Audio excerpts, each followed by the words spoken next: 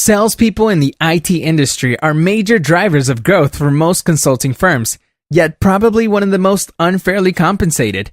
Their role in establishing and facilitating relationships that result in revenue is one of those things that is rarely understood. The firms themselves don't make it easy to understand by making a strong segregation between sales and delivery teams. This video is about the missed opportunities for salespeople and how they can make the most of their hard work.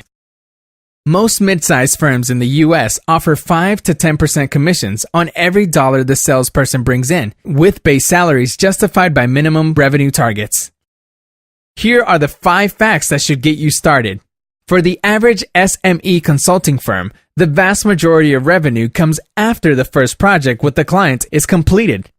That's when the client trusts you, and it either leads to future work or other work. For greenfield projects where new systems are being implemented, the project lifecycle is planned across 3 to 5 years.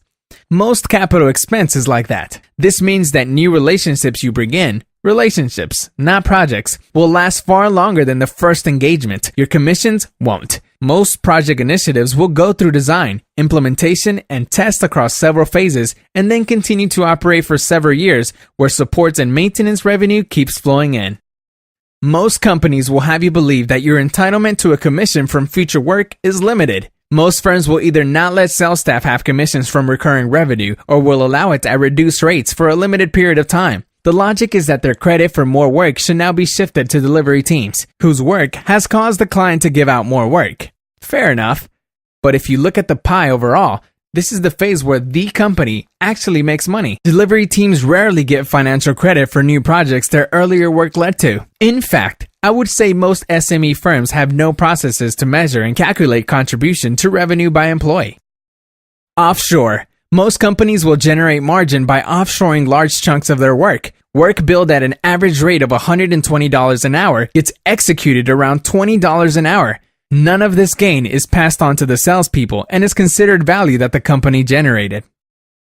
Most clients have a multi-vendor application portfolio. It's not uncommon to see Microsoft, SAP, IBM, Oracle, or a collection of these in enterprise, not to mention an ever-increasing array of cloud applications by vendors that no one has heard of. Salespeople are usually tasked to go with a specific technology profile of the company they represent, usually experts in a handful of toolsets, and ignore the rest. This is usually the cause of a lot of friction and frustration as salespeople don't want to execute all leads regardless of technology, whereas firm owners want to maintain focus.